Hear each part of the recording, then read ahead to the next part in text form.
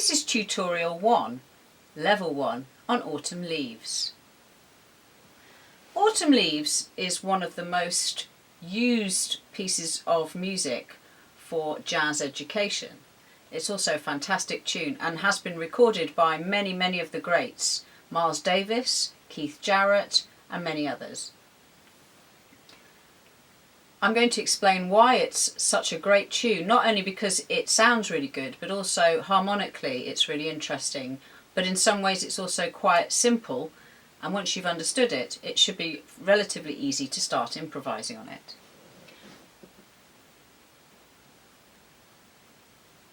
One of the common sequences in jazz is 2-5-1, and this tune is made up of a 2-5-1 in a major key and a 2-5-1 in the relative minor.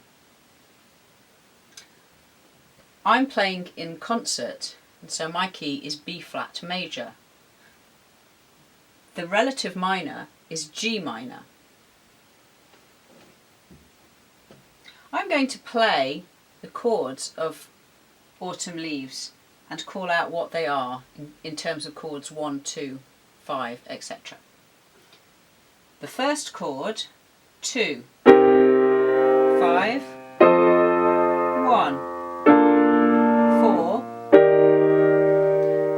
and at that point we're now going towards the relative minor. So I will talk in that key, 2, 5, 1. That's the first A section. Then that's repeated, and then we get the middle 8. Something interesting happens in the middle 8.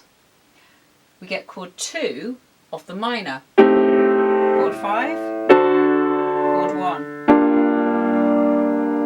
and then we get chord 2 of the major key, followed by 5, followed by chord 1, followed by chord 4, and then we get the last 8 bars, which starts with a chord 2 of the minor key, 2, 5, 1. Repetition of that, 2, 5, 1. Is this piece in a major or a minor key? And I think what you have to think about is, where does it end up? It ends up in the minor key, so it's in the minor key, but there are a lot of chords that pull towards a major key. So there is this kind of juxtaposition between the major and the minor. And in fact, the whole thing can be reduced to basically a 2-5-1 in the major, a 2-5-1 in the minor. And that's really all that happens in this tune. Now you might think, oh, I've heard lots of versions of this, but they do something else.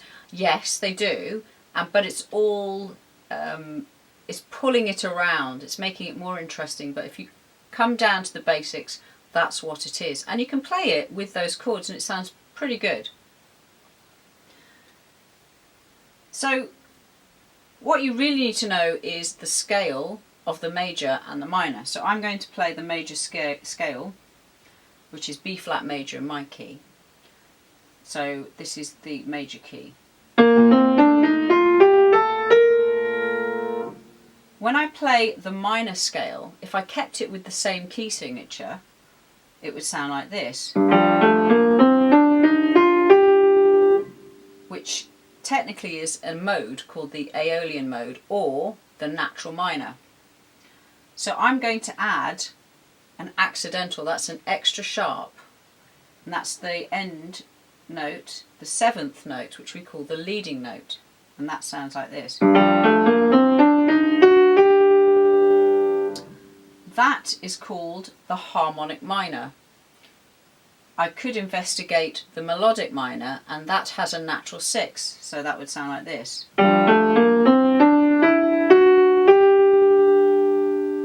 And those are the basic scales that work in this piece. I'm mostly going to use the major scale and the harmonic minor when I improvise. So the only extra note that I've put in is the leading note of the minor key. Well, actually that is kind of our home key. and that makes chord 5 a dominant chord. Okay, so if we're in our key, it's in my key, it's G minor. The dominant is chord 5. If I didn't have that sharp at accidental, it would sound like this, which is, you know, it is used in music, but it sounds stronger with the major third. So that's raised 7th. If I add a 7th to it, it's even stronger. So this idea of dominant, which I've explained in other tutorials, is really a good way to make chords feel like they're really pulling to each other. So you can put in a dominant chord at the end of the first 8 bars, and that has the effect of pulling to the next chord. So at the end of the first 8 bars, we come to rest in the relative minor, or the minor key. When we restart the sequence, because it's 2 A sections, we come back to chord 2. If we made the minor chord, the chord 1 in the minor, if we changed the chord type to make it a dominant 7th, therefore raising the third to make it a major third, and adding a 7th, the pull to chord 2 is much stronger. So I'll show you how that sounds. I'll just do the last 4 bars, so the 2, 5, 1 into the minor key. Oops, let's do that one again.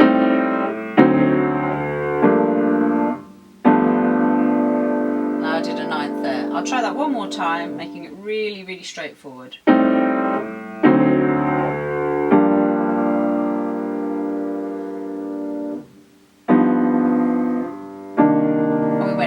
To our chord 2.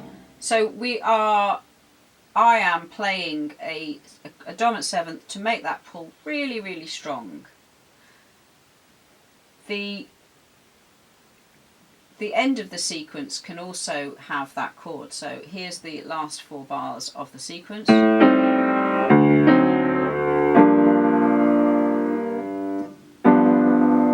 Back to the top again. So the use of that dominant 7th chord can be really useful to make the music sound pretty good. So I'm going to just finish this first tutorial by improvising on the sequence, just using some of those ideas that I've introduced there. Note, if you're going to play the dominant 7th at the end, you might like to put in some notes that fit that chord, so I might alter my scale and put maybe a B natural in.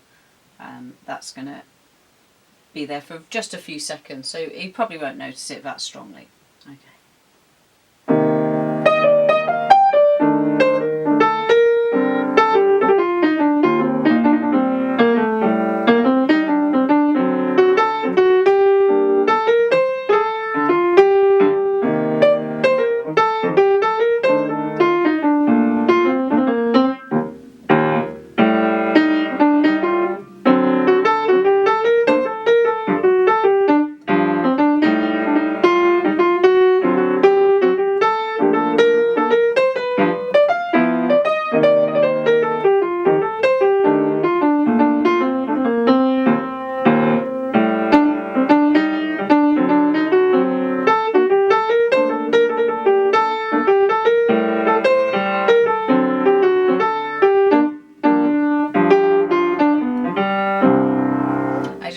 Obvious arpeggio there at the end.